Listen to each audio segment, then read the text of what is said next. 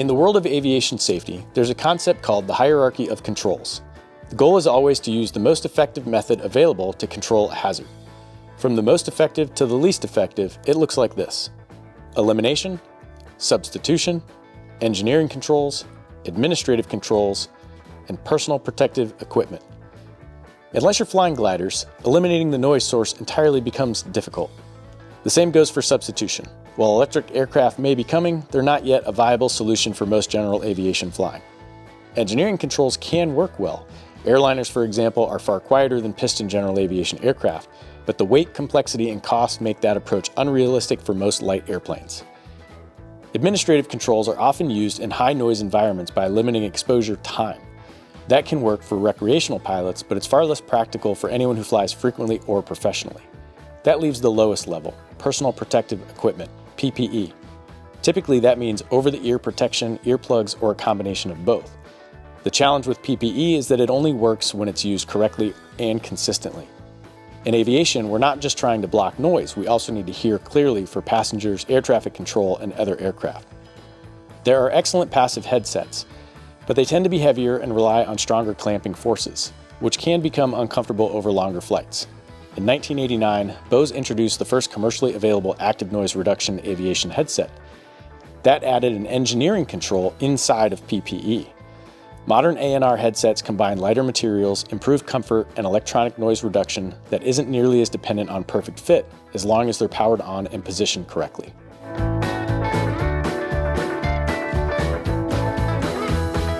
My name is Dr. Keith Roxo. I'm one of the founding pilot physicians of Wingman Med, and today we're going to look at some of the leading candidates in the active noise canceling headsets and go through some of the real-world pros and cons of each one. So starting off, we have the Bose A30. So this is a very popular headset. Bose is one of the leading manufacturers out there. They have a claimed weight of 14.2 ounces, and on our fantastic kitchen scale, it came in at 14.1 ounces. Now, some of the leading features of the Bose with the handset is you have the ability to adjust the noise canceling. So it can go high, medium, or low, depending on kind of the noise level of the situation you're in, and that'll help preserve battery life if you can operate it at a lower level. Now, my business partner in Wingman Med, he actually believes that the Bose is the best noise canceling in a controlled environment, such as Marv Golden's pilot shop down in San Diego. However, we have noticed that in real world flying situations, it's really hard to pick out the difference in how good that noise canceling is compared to some of these other headsets we'll talk about. It does have Bluetooth like all of these headsets do. And then when it comes to a secondary audio source, such as your iPad or your iPhone or something like that, it has the ability to mute it. You can mix it where it will be equal volume, or you can completely isolate and turn off that secondary audio source. So that's something that's a little bit different and unique to the Bose headset that the other ones do not have. I would say one of the main downsides of the Bose A30 is kind of the rubbery cords, which in colder temperatures, they can be a little bit stiff and a little bit hard and don't necessarily want to move in the exact positions you would like them to move, and they can get a little wrapped up. Otherwise, the Bose A30 overall is a very good headset. It is also the most expensive headset when you look at real-world prices on various websites. The next headset we're going to talk about is the Lightspeed Zulu 3.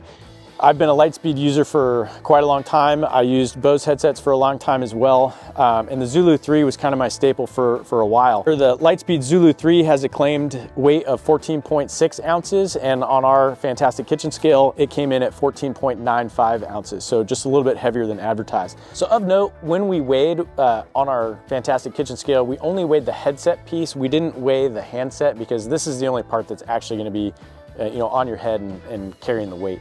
One of the main features of the Lightspeed headset is that it has these braided cables. So Lightspeed has these braided cables which don't really kink as much. They're allowed to bend a lot more easily than the rubberized cables. They lay flatter. So depending on who you are in your situation, you may actually prefer that. They do have the COM disable button, so that secondary audio source, you can mix it or you can mute it, but when you mute it, it's just decreasing the volume. It does not have a completely disable the secondary audio source like the Bose does. So that's one disadvantage to the Lightspeed Zulu 3. Now, we don't have the Zulu 4 headset here. That is the newest offering from Lightspeed, is that Zulu 4.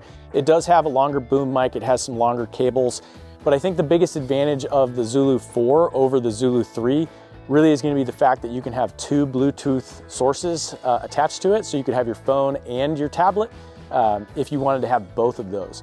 Whereas the Zulu 3, like the rest of these headsets here, they can only do one secondary Bluetooth source. Moving on to the Delta Zulu, this really is Lightspeed's premier headset. The Delta Zulu, like the Zulu 3 and the Zulu 4, has that braided comm cords. Now, there are a few other features we'll talk about as we get into flight as well. This one has a claimed weight of 14.9 ounces, but on our fantastic kitchen scale, it was 15.25 ounces, so a little bit heavier than that advertised weight. One of the main features of the Delta Zulu, and it's, you know, the color is kind of what gives it away as being the Delta Zulu with the copper color, is it has the built-in carbon monoxide monitoring. Now, most general aviation aircraft, their heat is going to come from a heat exchanger with the exhaust system, so any break in that heat exchange system could result in carbon monoxide in the cockpit, which is odorless, colorless, and can cause significant incapacitation in flight. So having that built-in carbon monoxide monitor anytime you're flying is really a big win. There's some other features as well. Specifically, both of the comm cords come out of the same side of the handset. And that makes it great for if you're sliding it in a pocket. You're not actually losing length of cable by sliding it in a pocket like you would for some of the others. So if that's something that you are interested in, is being able to put it in a pocket without losing that length, that is a feature that this one has. Additionally, it does have the same comm priority button. It looks a little bit different on this one than the Zulu 3, but it's like the Zulu 3, you can mute or you can mix at equal volumes, but you cannot completely disable the secondary comm like you can with the switch of the button on the A30. You do also have the carbon monoxide button, so at any time you can hit that button and it will give you a readout. And one of the other things that it has is it has a hearing equalizer, so you can have it play tones and map out your own hearing. So if you've had some constant noise exposure for a long time and you possibly have some degraded hearing, the Delta Zulu will actually update the audio that's coming in to make it a little bit easier for you to hear those things. Lastly, we have the David Clark. Now, David Clark has really set the benchmark for the passive headsets, and they've done a great job, and I've owned multiple of the David Clark passive headsets in the past. And this one is their top of the line 1X, which is their active noise canceling like the rest of the ones we have here. This is by far the lightest headset going. It has a claimed 12.3 ounces by the manufacturer, and on our fantastic kitchen scale, it was 13.1 ounces, so still significantly lighter than the rest of them. The other thing that you may notice is that these ear cups are significantly smaller than the others. That plays a factor. Specifically, this is my wife's headset. She has basically a relatively short ear to jawline distance, and with the larger ear cups, particularly when she's moving her head around, the ear cups will break the seal and she'll get loud noise, you know, coming through passively. With the David Clarks having the smaller ear cups, that tends to prevent that from happening quite as much as the others in particular. The handset is a lot more simplistic. There's less buttons. It does have that same comm priority to go mix or mute for your secondary audio source for Bluetooth. You're just gonna hit that Bluetooth button and it's gonna change color, and that's how you know you're setting that comm priority, plus if you just test what you're listening to. Other than that, this does have kind of the same rubberized type comm cables as the Bose, which are not personally my favorite. And the downside is it actually has more cables, because rather than coming out as one single cable here, it splits into two immediately. So that can be a little annoying sometimes when you're trying to take the headsets in and out and plug things in and move around within the cockpit.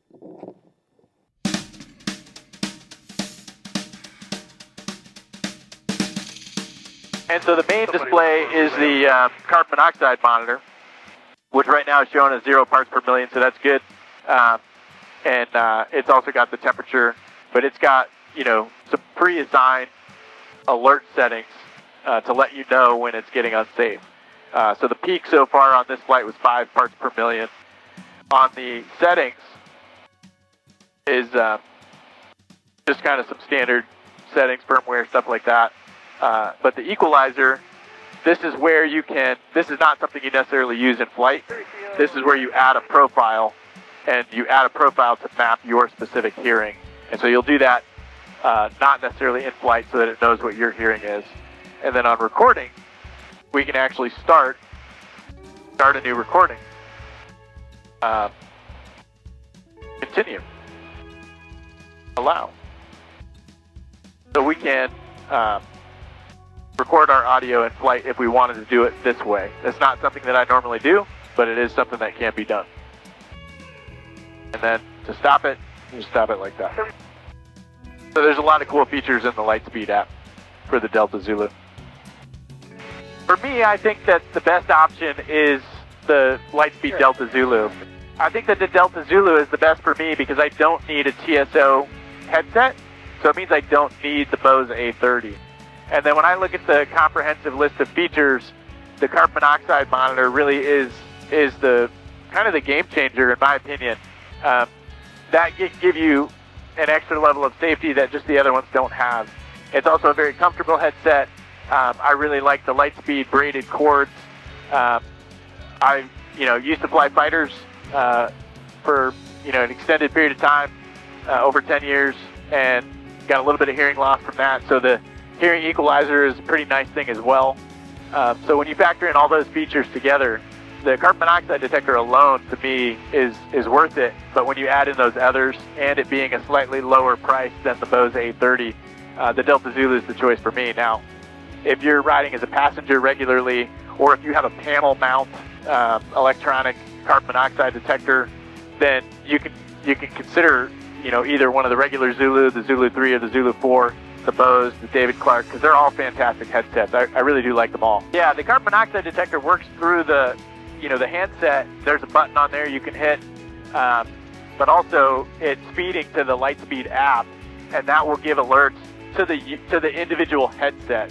So it only gives it the alerts to the individual headset that's using it, not everybody in the cockpit. But really, you only need one person having a good carbon monoxide detector. And there are other options for airplanes that do not have built-in ADS-B in or built-in ADS-B in. There's the Sentry line of portable ADS-B receivers that have a built-in carbon monoxide monitor. And I actually have one of those for when I was flying a lot of rental aircraft that did not have ADS-B in capability. And so that gave me portable electronic carbon monoxide in any airplane I flew, which the Lightspeed does as well, but I bought that prior to the Lightspeed even coming out.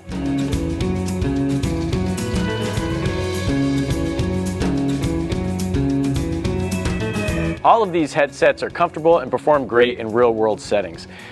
But there's a reason why we have one of each. It's because almost everybody in my family has a slightly different preference. The Bose and the David Clark have a 5-year warranty, while the Lightspeed has a 7-year warranty. But in general, if you're looking to pick up a headset, I recommend you look at what features you think from these may be the best fit for you. And also try them on. See if you can try them for a whole flight or a weekend or something like that. I think some of the web stores have free money back guarantee if you want to have a trial period. But if you find one that fits you best and you don't have a particular need for some of the features, then go with which one fits best. Obviously the Bose is the most expensive and the David Clark is the least expensive. So if price is a factor, you're not going to go wrong with that David Clark headset. If you or someone you know is having trouble with their FAA medical certification, feel free to reach out to Wingman Med at wingmanmed.com.